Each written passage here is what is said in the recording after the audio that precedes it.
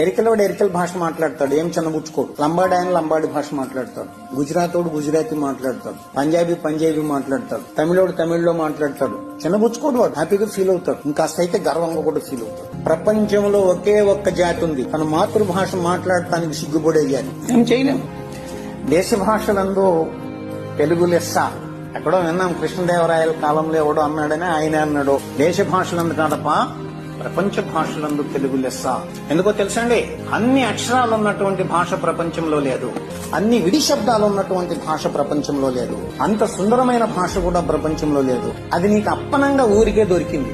పాపం మనోళ్ళు ఊరికినే దొరికి తీసుకోమని చాలా ధీమా కలిగిన వాళ్ళు కదా, దాన్ని వదిలేసి ఇద్దరు తెలుగు పంతులు ఇంగ్లీష్ లో మాట్లాడుకుంటారు. అది దయనీయమైన పరిస్థితి.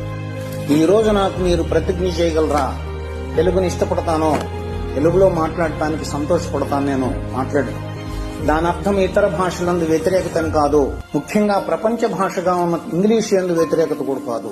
ఏ భాష యందు నీకు వ్యతిరేకత ఉన్నా నీకు భాషను వాడుకోవడం చేత రాలేదని అర్థం. అన్ని భాషలు కూడా వాటి వాటి క్షేత్రాల్లో అవసరమైనవే. నువ్వు ఈ రోజు ప్రపంచం నీ క్షేత్రం అయిపోయింది బ్రతకడానికి. ఆంగ్లం తప్ప రెండో దిక్కులేదు నీకు. ఆంగ్లాన్ని ప్రపంచ భాషగా గుర్తిస్తూనే తెలుగుని ఇష్టపడటం నేర్చుకో, నువ్వు తెలుగులో మాట్లాడు. అలాంటి మహాప్రాణాలు ఉన్నటువంటి భాష, అంత స్వచ్ఛమైన శబ్దాన్ని ఇవ్వగలిగిన భాష తెలుగే. మిగతా ఇంత గందరగోళ భాషలే. కానీ మనకి ఇతర ప్రపంచంలో ఆ భాష ఉంటే తప్ప బ్రతకలేం గనక అది కూడా నేర్చుకుంటాం. ఈ రోజు మొదలెట్టండి, తెలుగులో మాట్లాడతాను, మీరు మాట్లాడటానికి ప్రయత్నం చేస్తానండి. తెలుగు మాతృభాషగా మనకు దొరికినందుకు సంతోషించండి మీరు.